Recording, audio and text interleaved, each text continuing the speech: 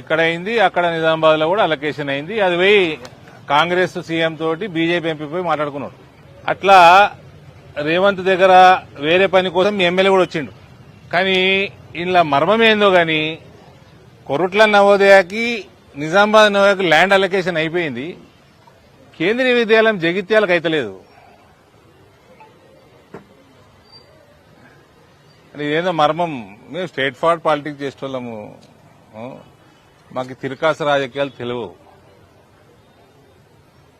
2024 డిసెంబర్లో ఉందా పేపర్?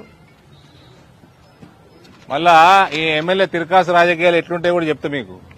ఎవరో వచ్చి రెవెన్యూ ఇన్స్పెక్టర్, డిప్యూటీ తహసీల్దార్ వచ్చిర్రు ఈడికి. వచ్చి బాగా ట్రైనింగ్ తీసుకొని వచ్చారు. మీరు జర ఇన్వెస్టిగేట్ చేసుకుంటే మధ్యాహ్నం పోయొచ్చుంటాడు ఎమ్మెల్యే దగ్గరికి. ఎమ్మెల్యే ఉన్నాడా జగిత్యాల? చూడు పోయొచ్చుంటారు. ఏమంటాడు అదేదా పేపరు? 2.5 నుంచి 5 ఎకరాలు కేంద్రీయ విద్యాలయానికి 2.5 ఎకరాల నుంచి 5 ఎకరాల వరకు అని గవర్నమెంట్ అడుగుతుంది. మేము 5 ఎకరాలు ప్రపోజ్ చేసినాము. ఎక్కడ? చెలగల్. ఇది ప్రపోజ్ చేసింది ఎప్పుడు? November 25 December 25? డిసెంబర్ 25 లేదా 24, బిఫోర్ శాంక్షనింగ్ ఆఫ్ కేవీ వాళ్ళు చేసిన ఎక్సైజ్ లో. అప్పట్లో కూడా నేను మాట్లాడిన అనేక మార్లు తెస్తున్నా, వస్తాయి, నవోదయ వస్తుంది, కేంద్రీయ విద్యాలయం జగిత్యాలు వస్తుంది, నవోదయం అమ్మమ్మ ఊరికి వస్తుందని చెప్పినా చేసిన. ఈయన ట్రైనింగ్ ఎట్లుంటదంటే డాక్టర్ చదువుకున్నాడు, డాక్టరే చేయాలి. మాకు విద్య నేర్పిస్తానికి ప్రయత్నం చేయొద్దు. మనకి హిల్లీ టెరెన్ ఉంటే 2.5 నుంచి 5 ఎకరాలు సరిపోతుంది కేంద్రీయ విద్యాలయానికి. లేకపోతే 10 ఎకరాలు ఉండాలి. 10 ఎకరాల దాకా తీసుకోవచ్చు. ఇచ్చే కాపీ పంపించేసి ఆడొచ్చి సార్ 2.5 to 5 సరిపోతుంది సార్ అని చూపిస్తారు ఆర్డర్. వాళ్ళందరి ముందర మనం మొత్తం చదవం కదా. నాకు ఎంక్వైరీ చేయమని చెప్తే అది హిల్లీ టెరెన్ ఉంటుంది. ఏ ఉత్తరాఖండ్ పోతేనో కశ్మీర్ అంటుండే కొండలు గుట్టలు ఉంటే 2.5 నుంచి 5 ఎకరాలు. ఈడ 10 ఎకరాలు ఒక కేంద్రీయ విద్యాలయం జగిత్యాల పట్టణాని కోసము వస్తే 10 ఎకరాలు ఇవ్వడానికి మీకు ఏందా ఇబ్బంది? ఒకటి. రెండోది, సరే 5 ఎకరాలే ప్రపోజ్ చేసిండ్రు డిసెంబర్ 24లా. ఇవాళ మనం మార్చి 26లో ఉన్నాం. శాంక్షన్ అయింది కేంద్రీయ విద్యాలయం ఒఫీషియల్ గా 1 అక్టోబర్ 25 నాడు. అయ్యి ఆ 3 నెలలు, ఈ 2 నెలలు దాటిపోయి 6 నెలలు నడుస్తుంది. నవోదయాలు అయిపోయినాయి. 23 ఎకరాలు ఆడ నిజామాబాద్ లో దాదాపు 25-30 ఎకరాలు, 30 ఏకర్స్. ఈడ 10 ఎకరాలు ఇవ్వడానికి ఎందుకు లేట్ అవుతుంది అంటే ఆయనకి ఇంట్రెస్ట్ లేదు. ఆయనకి ఏదో డబుల్ బెడ్రూమ్లు కట్టుకున్నాడు ఊరవతల. ఆడ ఆయన ఊరా? అది ఆయన ఊరా? సొంత ఊరు. ఆయన పొలాలు ఉన్నట్టున్నాయి, ఆయనకు సంబంధించిన వ్యాపారాలు ఉన్నాయి, క్రషర్ గీషర్లు ఉన్నట్టున్నాయి.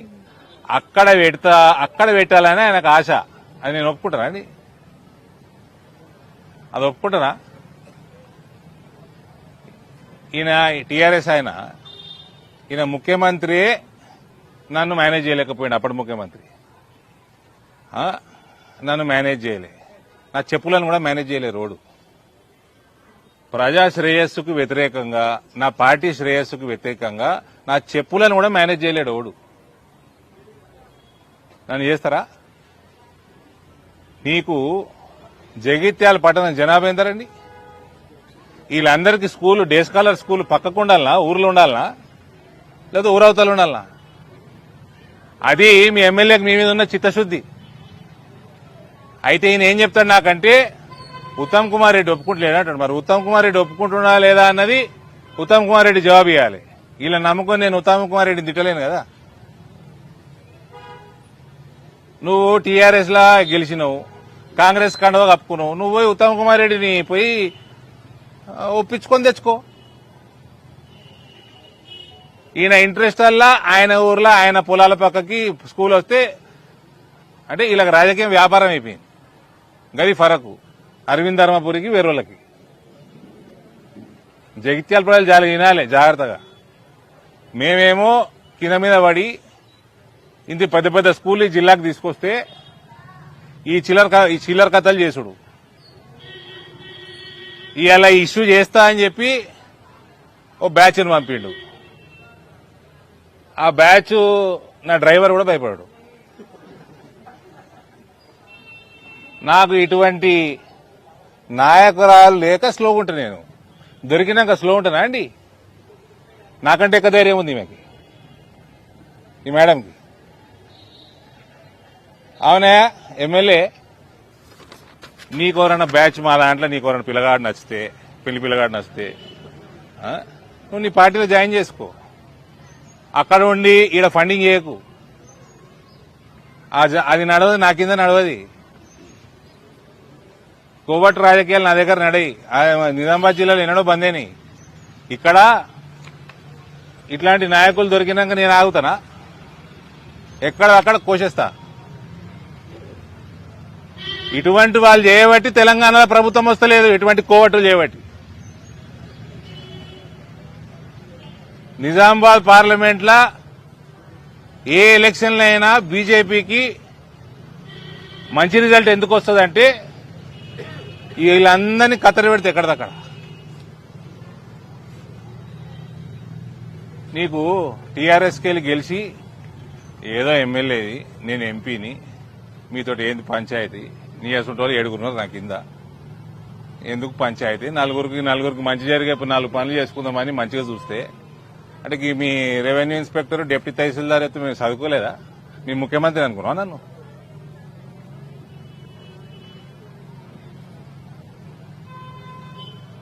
నీకు ఈ మేడం చూసి నేర్చుకోవా. నేను ఆ మేడంని రమ్మన్నా జాయిన్ కామన్నా. నేను చెప్పినాక నన్ను కూడా సతాయించింది మా చెల్లె. సతాయించి 3-4 నెలలు ఆలోచన చేసి 6 నెలలు ఆలోచన చేసి ఏ రోజైతే నిర్ణయం చేసుకుందో భారతీయ జనతా పార్టీ కండువ కప్పుకోవాలన్నప్పుడు రాజీనామా చేసింది. 2 సంవత్సరాల పైన ఉండేనా మీకు టెన్యూర్? 2 సంవత్సరాల టెన్యూర్ ఉండగా రాజీనామా చేసి వచ్చింది. నీకు కాంగ్రెస్ లో ఉంటే రాజీనామా చేసిపోనుంటి. మహిళను చూసుకొని నేర్చుకోయా. ఆయన పోన్లే పాపం ఏదో ఒకటి జగిత్యాలకి బాగు జరుగుతుంది ఎందుకు పేచీలు అనుకుంటే ఈ కోవటు రాజకీయాలు ఇవన్నీ ఎవరికి చూపిస్తున్నా ఆయన? నేను పుట్టిందే గ్రూపులల్లా, పుట్టిన కాడికెళ్ళి చూస్తాను నేను గ్రూపులు.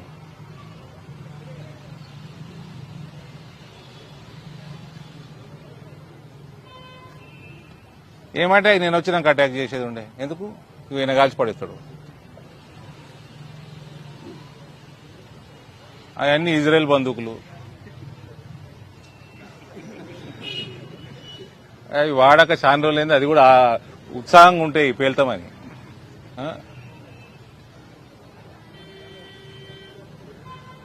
మా నిజామాబాద్ వాళ్ళు వచ్చారు, వచ్చి వీడియో చూసారు, మీ ఇంటి మీద అటాక్ చేసింది. ఇదేందన్నా పిల్లగాళ్ళ ఆట లెక్కుందని. ఎన్ని చూసామరా నాయన. నేను జాయిన్ అయినప్పుడు నేను ఒక్కడిని, నా దగ్గర కార్యకర్తలను వస్తే 7 సెటోళ్ళు ఉంటుండే, తయారు చేసిన. ఏడు రామ్గఢ్ వచ్చిండా?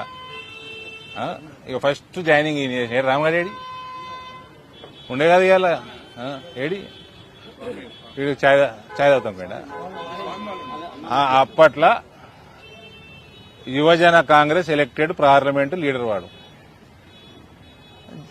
జాయిన్ చేసుకున్నా, ఒక 10 మంది పిల్లగాళ్ళని తయారు చేసుకున్నా. మెల్లమెల్ల పోతుంటే నాయకులు జమైండ్రు. ఇలా పార్టీ ఇట్లా తయారైంది. ఈడొచ్చి రాలేస్తావా అనే? రా ఇప్పుడు రా.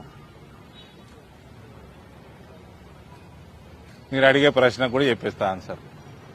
సస్పెండ్ అయినోడు 6 సంవత్సరాల వరకు సస్పెండ్ అయినోడు 5 సంవత్సరాల 365 రోజులైనాక వాళ్ళ గురించి ఆలోచన చేస్తాం.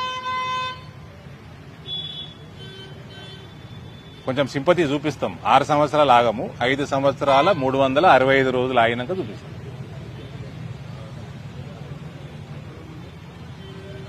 ఇది రామచంద్రరావు గారు కూడా మాట్లాడాను నేను. ఓడు నాకు రిప్రజెంటేషన్ ఇవ్వాల్సిన అవసరం లేదు, జిల్లా ప్రెసిడెంట్కి ఇవ్వాల్సిన అవసరం కూడా లేదు. మీరు కూడా తీసుకోకండి. నా టైం వేస్ట్, వాళ్ళ టైం వేస్ట్. నాకు ఇలా చాలా ఉత్సాహంగా ఉంది. మేడం ప్రోగ్రాంలు ఎక్కువ పెట్టుర్రి, జగిత్యాలకు ఎక్కువ వస్తుంది. జగిత్యాల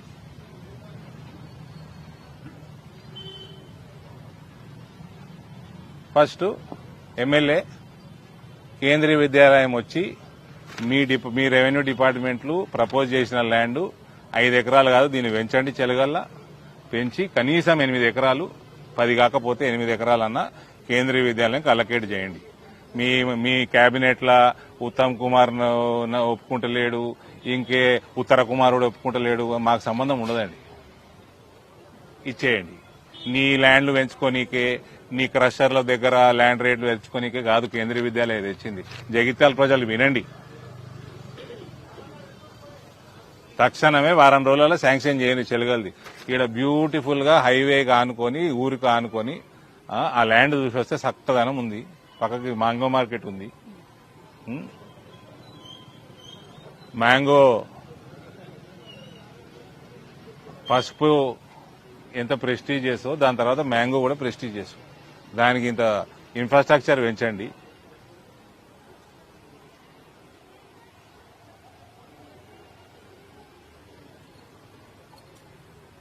ఈ స్కూల్ వస్తే ఇంకింత డిమాండ్ పెరుగుతుంది, అక్కడ ఇన్ఫ్రాస్ట్రక్చర్ పెరుగుతుంది, రాకపోకలు పెరుగుతాయి, ఒక ఏరియా డెవలప్ అవుతుంది, పిల్లలకి రానుపోను ఈజీగా ఉంటుంది.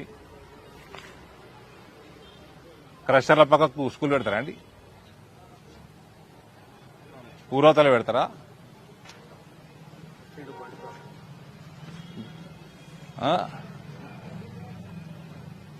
కొద్దిగా నిజాయితీగా రాజకీయాలు చేయడం నేర్చుకోండి. ఏ పార్టీలోనో వాళ్ళకే తెలియదు.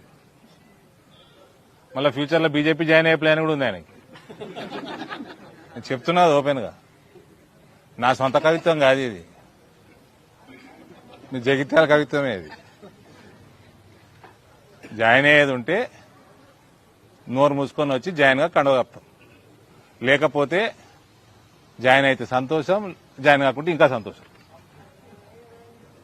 ఇవన్నీ దగులుబాజీ వ్యవహారాలు చేయకుంటారు, అంతే నల్లికుట్ల వ్యవహారాలు ఇవన్నీ.